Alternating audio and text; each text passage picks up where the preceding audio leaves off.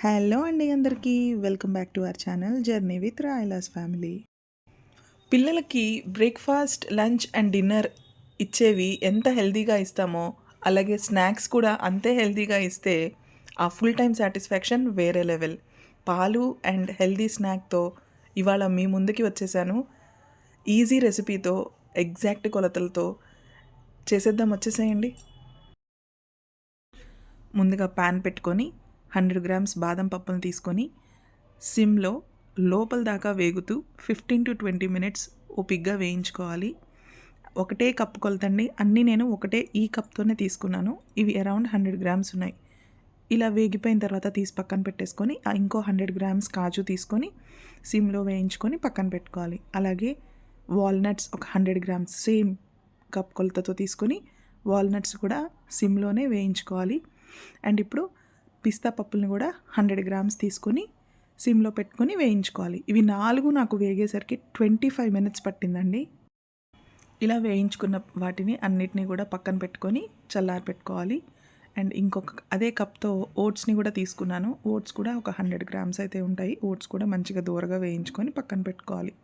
ఇప్పుడు వేయించుకొని పెట్టుకున్న డ్రై ఫ్రూట్స్ అన్నిటినీ కూడా మిక్సీకి వేసి మిక్సీ వేసుకోవాలి. ఒకేసారి మిక్స్ వేసుకోలేకపోయాను కాబట్టి 2 సార్లుగా వేసుకున్నాను. పల్స్ ఇచ్చుకుంటూ గ్రైండ్ చేసుకోండి. ఎక్కువ గ్రైండ్ చేసేస్తే బాదం అండ్ కాజులో ఆయిల్ కంటెంట్ ఉంటుంది కాబట్టి కొంచెం ముద్ద అయిపోయే అవకాశం ఉంటుంది. ఇలా పౌడర్ లాగా రాదు. అందుకని పల్స్ ఇచ్చుకుంటూ జాగ్రత్తగా గ్రైండ్ చేసుకోండి.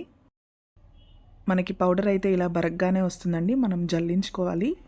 ఇప్పుడు అదే కప్ కొలతతో మనం పటిక బెల్లం అయితే తీసుకున్నాము. ఈ పటిక బెల్లం ప్లేస్లో జాగరీ పౌడర్ని కూడా తీసుకోవచ్చు.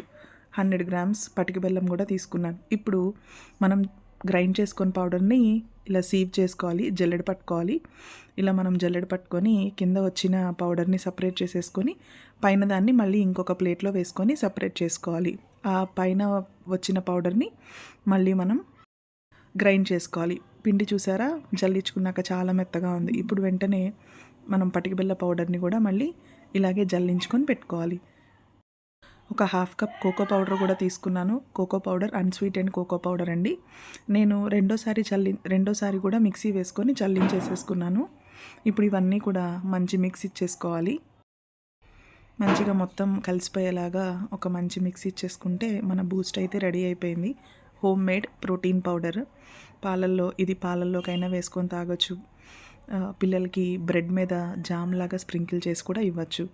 అండ్ మనం మిక్సీ వేసిన తర్వాత చల్లించుకొని పైన ఉండిపోయిన పౌడర్ని వేస్ట్ చేయకుండా అందులో కొంచెం నెయ్యి వేసుకొని ఉండలాగా మనం రోల్ చేసుకొని ప్రోటీన్ లడ్డూలాగా మనం పిల్లలకి సర్వ్ చేయొచ్చు. ఇది 15 to 20 డేస్ నిలవ ఉంటుందండి. మనం మంచిగా డ్రై రోస్ట్ చేసుకున్నాం కాబట్టి ఏది కూడా పాడవదు. మీరు ఫ్రిడ్జ్లో కూడా పెట్టుకోవాల్సిన అవసరం అయితే లేదు. 15 to 20 డేస్ అయితే నిల్వ ఉంటాయి. ఇలా లడ్డూని బ్రేక్ చేసి చూపిస్తున్నాను. చాలా మనం ఆల్రెడీ పటిక బెల్లం పౌడర్ వేసాం కాబట్టి ఆ స్వీట్నెస్సే సరిపోతుంది. ఇంకా ఏ స్వీట్నెస్ మనం ఎక్స్ట్రా యాడ్ చేసుకోని అవసరం లేదు.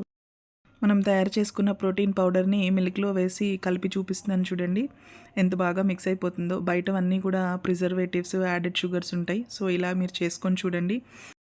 మిల్క్లోనే కాదు, బ్రెడ్ మీద స్ప్రింకిల్ చేసుకోవడానికి సలాడ్స్లో అలా కూడా యూస్ చేయొచ్చు. ఇలా ఎయిర్ టైట్ జార్లో మీరు స్టోర్ చేసుకొని పెట్టుకోవచ్చు.